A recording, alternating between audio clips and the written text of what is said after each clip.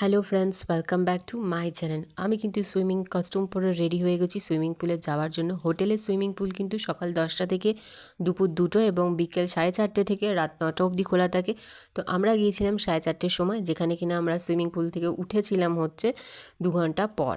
তো এই কস্টিউমটা আমি কিনেছি হচ্ছে মিশো থেকে, 240 দাম নিয়েছে। কোয়ালিটি খুবই ভালো, দেখতে তো ভালোই, আমার পরেও বেশ ভালো লেগেছে, কাপড়টাও খুব নরম।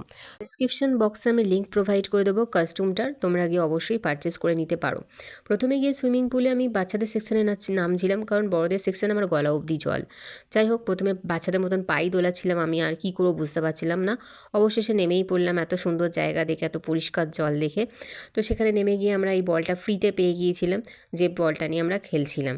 কি করব, জল দিয়ে সময় কাটাতে এসেছি ভাই।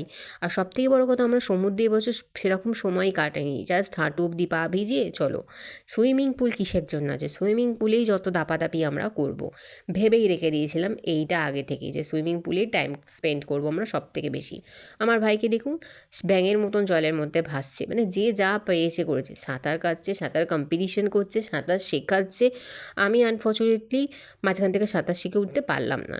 এদিকে তাতাই আর শ্রীদীপ সাঁতার শিখে গেল, আর ওদের হাতও ব্যথা হয়ে গেল সাঁতারে জল কাটাতে কাটাতে। তো এনিওয়ে, কিন্তু আমরা খুব মজা করেছি, নেচেছি, মানে আমাদের সবাই দেখছে রীতিমতো, ভাই এরা কি জল থেকে উঠবে না, অনেকক্ষণ তো এসেছে। মানে আমরা দাঁড়িয়ে আছি, যখন বোটটা চেঞ্জ করবে, যে ক্লোজ টু ওপেন করছে, তখন আমরা দাঁড়িয়ে রয়েছি, দেখছে ওপেন লেখা আছে, মানে আমরা সঙ্গে সঙ্গে নেমে পড়বো, এরকম একটা পজিশন।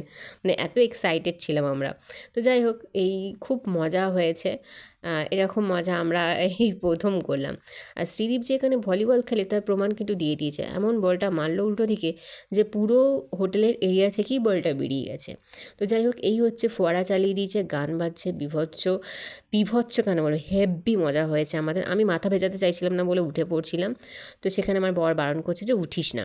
অনেকবার দীঘা গেছি, কিন্তু এবারের এক্সপিরিয়েন্সটা সত্যিই রিমার্কেবল ছিল। আমাদের মতন মজা করতে চাইলে হোটেল জেপিকে বুক করতে ভুলো না। লাইক, কমেন্ট, শেয়ার করো।